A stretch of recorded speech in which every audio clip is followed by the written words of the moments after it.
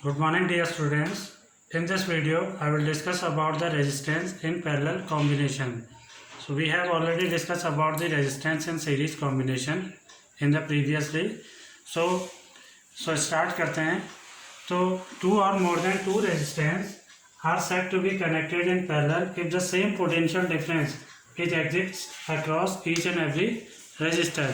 Next series combination में क्या था? Two or more than two resistors are connected in series when the same amount of current flowing through each and every resistor. But यहाँ पर थोड़ा सा change होता है. Two or more than two resistors are said to be connected in parallel if the potential difference across each and every resistor is same. It means in parallel combination the potential difference across each and every resistor will remain same. Then the resistors are said to be connected in parallel. Clear है?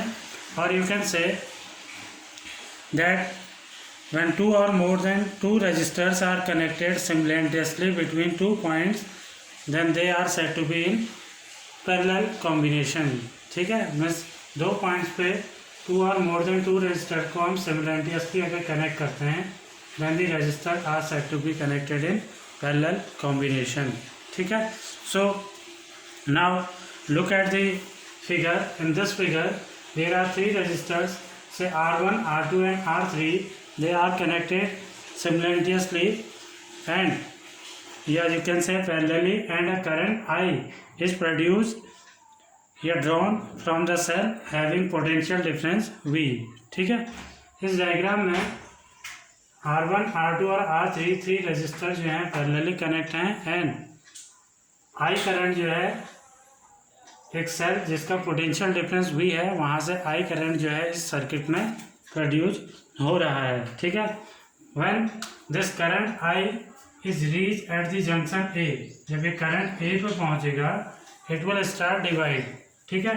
It means the current will divide into three part, से I1 in R1 and I2 in R2 and I3 in R3. It means current इस point पे divide होगा. R1 पे I1 current, R2 पे I2 current and R3 पे I3 current जो है वो आपका डिवाइड होगा इस तरह से एट द जंक्शन A. ठीक है? सो यहाँ पर एक इम्पोर्टेंट चीज़ नोट करने की है that the current more current will Passage through the register having least resistance. R1, R2 और R3 में जिसका रेजिस्टेंस सबसे लीस्ट होगा, सबसे कम होगा, करंट उसमें सबसे ज़्यादा फ्लो करेगा because the current prefer a low resistance path. Current हमेशा लो रेजिस्टेंस पाथ को प्रीफर करता है. It means low resistance path में करंट हमेशा ज़्यादा फ्लो होता है. क्लियर है?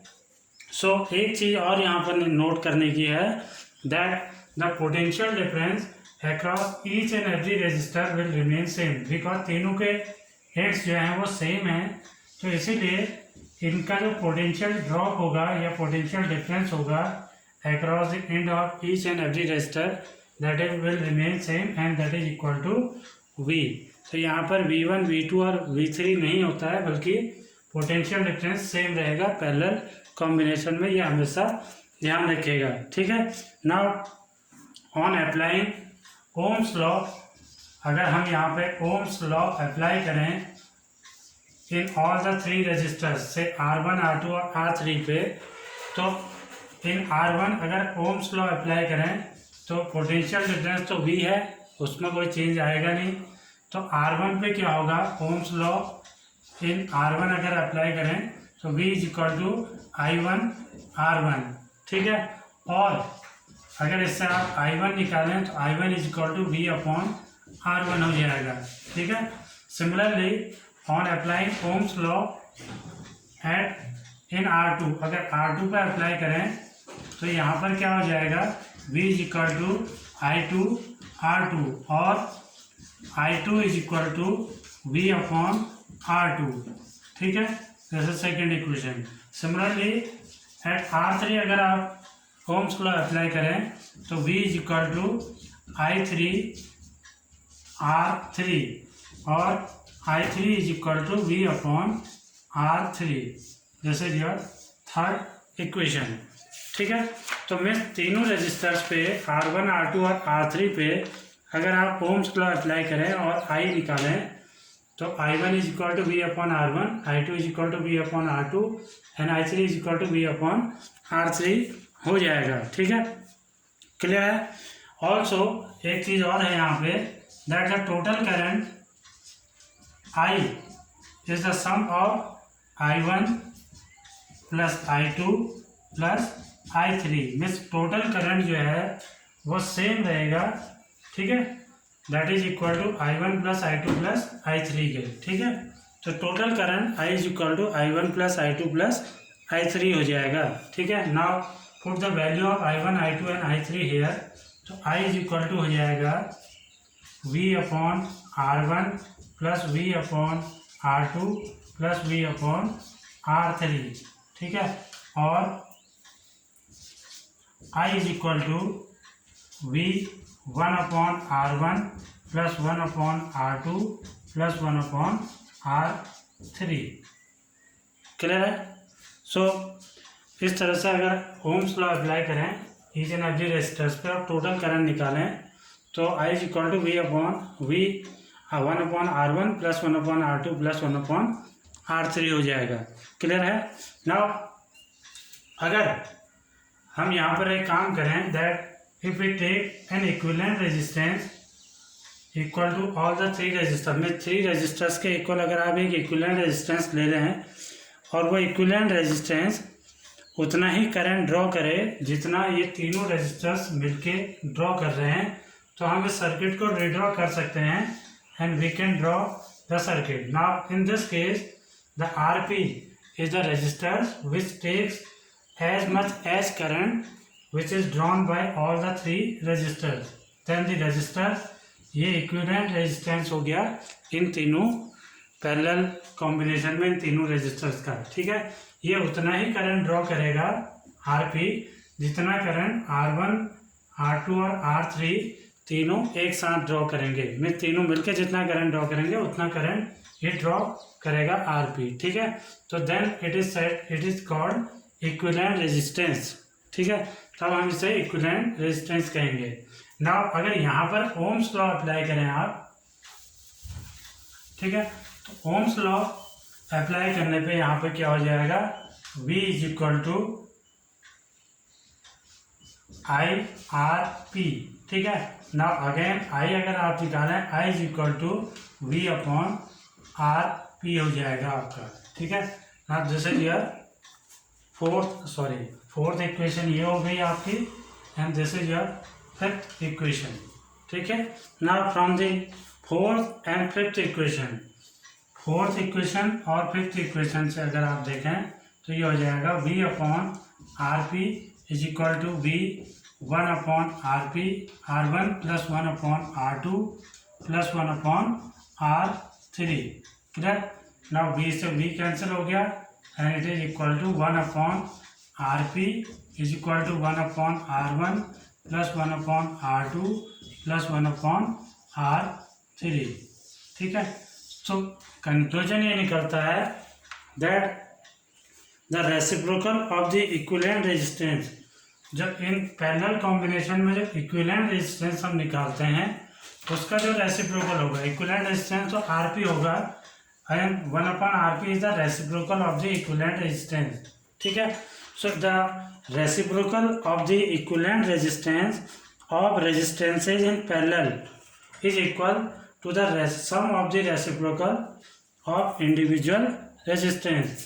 तो जो पैरेलल कॉम्बिनेशन में इक्विवेलेंट रेजिस्टेंस होता है दैट इज RP, तो इसका जो रेसिप्रोकल होता है that is equal to the sum of the reciprocal of each and every resistor in parallel combination।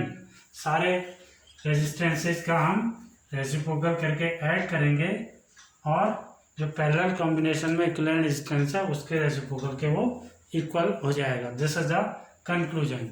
ठीक है, सो अगर पैरेलल कॉम्बिनेशन में अगर आपको इक्विवेलेंट रेजिस्टेंस निकालना है तो हमेशा आप 1 upon RP is equal to 1 upon R1 plus 1 upon R2 plus 1 upon R3 का यूज करेंगे। ठीक है, सीरीज कॉम्बिनेशन में सिंपल होता है, डायरेक्टली हम सम कर देते हैं सारे रजिस्टर्स का। ठीक है, अब यहाँ पर 2-3 पॉइंट्स हैं जो मैं आपको बताना चाहता हूँ।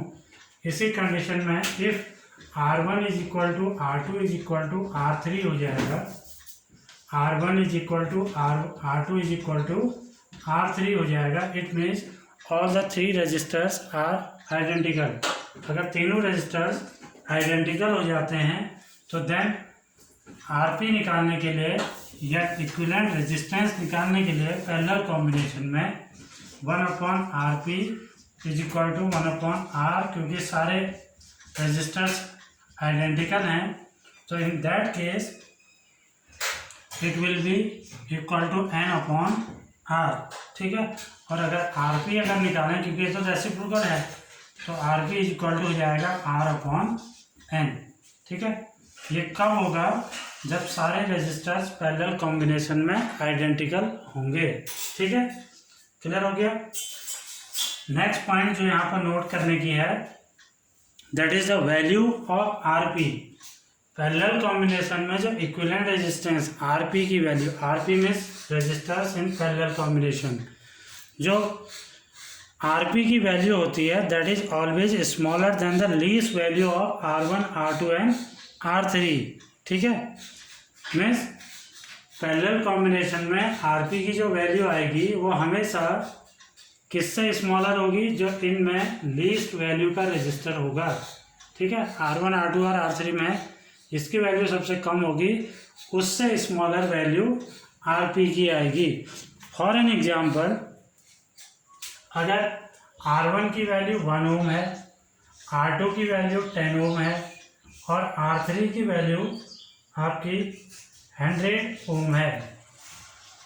ठीक है, वैसे R1 कितना है? 1 ओम, R2 10 ओम एंड R3 100 ओम।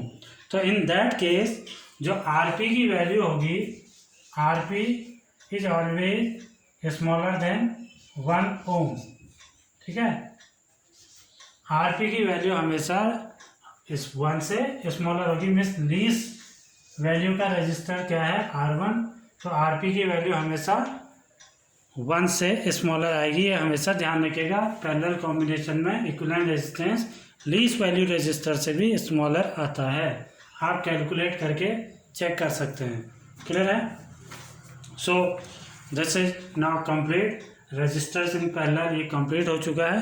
ठीक है, इससे आगे आपको समझाते हैं कुछ न्यूमेरिकल एग्जाम्पल लेके। सो this is a question. The question is that 2 40 ohm resistor and a 20 ohm resistors are all connected in parallel with a 12 volt power supply. Calculate their effective resistance and current through each resistor. What is the current flowing through the supply? तो बहुत simple question है। We have 3 resistors, 2 resistors of 40 ohm. These are the 2 resistors. सबसे पहले आपको figure draw करना पड़ेगा। These are the 2 resistors. Say R1 is equal to 40 ohm and R2 is also 40 ohm and 120 ohm resistor. It means R3 is equal to 20 ohm. ठीक है, they all are connected a power supply having potential difference 12 volt. ठीक है, so you have to be calculate the effective resistance या you can say equivalent resistance. ठीक है, it means आपको calculate क्या करना है? सबसे पहले आरपी कैलकुलेट करना है। Second thing, current through each and every resistance, it means I1, I2 and I3 calculate करना है। And what is the current, total current भी आपको मीन्स I भी आपको फाइंड आउट करना है। It means RP, I1, I2, I3 and I, ये 4 चीज़ें आपको यहाँ पे कैलकुलेट करनी है। तो we know that in parallel combination अगर आप देखें 1/RP इज इक्वल टू हो जाता है 1/R1 plus 1/R2 plus 1/R3। तो सबसे पहले आप इफेक्टिव रेजिस्टेंस फाइंड आउट करेंगे। तो 1/RP is equal to 1/40 plus 1/40 plus 1/20 and that is equal to 1 plus 1 plus 2 that is equal to 4 upon 40 and it is equal to 1 upon 10. So 1 upon RP is equal to 1 upon 10. So RP is equal to 10 ohm. ठीक है, तो मैंने अभी आपको बताया था कि RP की वैल्यू हमेशा लीस्ट वैल्यू का जो रजिस्टर होगा उससे भी स्मॉलर आएगी। तो यहाँ पर लीस्ट वैल्यू का रेजिस्टेंस 20 ओम है और आरपी की वैल्यू इस टोटल इफेक्टिव रेजिस्टेंस जो आएगा वो 20 ओम से स्मॉलर होगा, दैट इज यहाँ पर आ रहा है 10 ओम। तो ये तो आपका आरपी आ गया, that is equal to 10 ohm. ठीक है, now if you want to be calculate the I1, I2 and I3, तो आप R1, R2 और R3 पे ओम्स लॉ का यूज करेंगे। तो अगर आप ओम्स लॉ लगाएं यहाँ पे R1 पे तो V is equal to I1 R1 हो जाएगा। तो इससे आप I1 फाइंड आउट कर सकते हैं। I1 is equal to V upon R1। तो we know that the potential difference across each and every resistor will remain same if the resistors are connected in parallel। तो यहाँ पर potential difference तीनों resistors पे same रहेगा क्योंकि ये तीनों पैरेलल कॉम्बिनेशन में कनेक्ट हैं। तो V विल रिमेन सेम। तो 12 इक्वल टू R1 आपका कितना है 40। ठीक है, तो ये कितना हो जाएगा 3 अपॉन 10। क्लियर है, तो I1 कितना आ गया 3 अपॉन 10 और यू कैन से 0.3 एम्पियर। ठीक है, similarly I2 is equal to V upon R2 and that is equal to 12 upon 40 again and that is equal to 0.3 ampere. ठीक है, एंड सिमिलरली अगर आप I3 निकालें तो I3 is equal to again V upon R3 that is equal to 12 upon 20 and that is equal to 3 upon 5 and that is equal to 0.6 ampere. तो एक चीज़ और मैंने आपको बताई थी स्टार्टिंग में, करंट लो रेजिस्टेंस पाथ को प्रीफर करता है। इट मीन जहाँ पर रेजिस्टेंस सबसे लो होगा यहाँ पर 20 ओम रेजिस्टेंस ये सबसे कम है तो करंट यहाँ पर सबसे ज़्यादा होगा। And you can see 20 ohm resistors पे करंट की वैल्यू 0.6 है। ठीक है, 40 ओम पे 0.3 एम्पियर है करंट की वैल्यू। क्लियर हो गया, तो ये I1, I2 एंड I3 आ गया है। अगेन टोटल करंट आपको फाइंड आउट करना है I and that is equal to I1 plus I2 plus I3 and that is equal to 0.3 plus 0.3 plus 0.6 and that is equal to 0.12 ampere. This is the total current I which is flowing through the circuit. Clear हो गया? Sorry, this is equal to 1.2 ampere, not 0.12. That is equal to 1.2 ampere. This is the total current. So in this way, you can calculate the total effective resistance या equivalent resistance current. ठीक है, in a circuit. Clear हो गया? So now we will see how can we find out the equivalent resistance when the two और more than two resistors are combined in a mix combination. It mean some of the resistors are connected in series and some of the resistors are connected in parallel. तो parallel और series combination जब एक साथ हो जाता है तो हम किस तरह से उसे फाइंड आउट करते हैं। तो in this diagram if you see suppose you have to be find out the total effective resistance या equivalent resistance between point A and B. A और बी के बीच में टोटल इक्विवेलेंट रेजिस्टेंस अगर आपको find out करना है तो आप क्या करेंगे। Suppose the current is flowing from the point A to B. Current जो है ए से बी की ओर फ्लो कर रहा है एंड दैट इज I। ठीक है, सो होगा क्या, when the current will reach at the point P या जंक्शन P पे जब करंट पहुंचेगा तो it will start divide into two part से I1 एंड I2, ठीक है। तो यहाँ पर करंट डिवाइड हो जाएगा I1 और I2 पे, क्लियर है। ठीक, नाउ करंट जब डिवाइड होगा तो अब आप सॉल्व कैसे करेंगे। If you look carefully, the I1 current 3 ohm resistors पे जाएगा and the same current will flow to the 7 ohm resistor. Means I1 current 7 ohm resistor भी यहाँ पर भी I1 ही रहेगा, ठीक है। रीज़न इज दैट क्योंकि करंट यहाँ कहीं डिवाइड, इस पार्ट में करंट कहीं पर डिवाइड नहीं हो रहा है, ठीक है। It will remain same. तो जब करंट सेम रहता है मोर देन टू रेजिस्टर्स पे, तो then the resistors are said to be in series combination. तो यही आपको पहचानना है कि कौन से रेजिस्टर सीरीज में है और कौन से रेजिस्टर पैरेलल में है। तो in this case the 3 ohm resistor and 7 ohm resistors are connected in series. तो सबसे पहले आप इसे सॉल्व करेंगे in series combination 3 ohm plus 7 ohm and that is equal to 10 ohm. तो इन दोनों का इक्विवेलेंट रेजिस्टेंस आ गया है 10 ohm. Now redraw the circuit. अगर सर्किट को रीड्रॉ करें तो सर्किट इस तरह से रीड्रॉ हो जाएगा।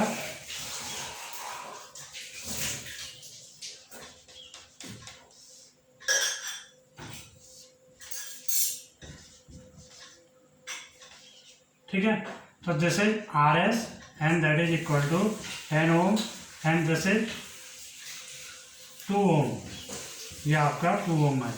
तो करंट यहाँ पर I1 एंड I2, ठीक है, क्लियर है। तो P पे करंट डिवाइड होगा I1 और I2 पे।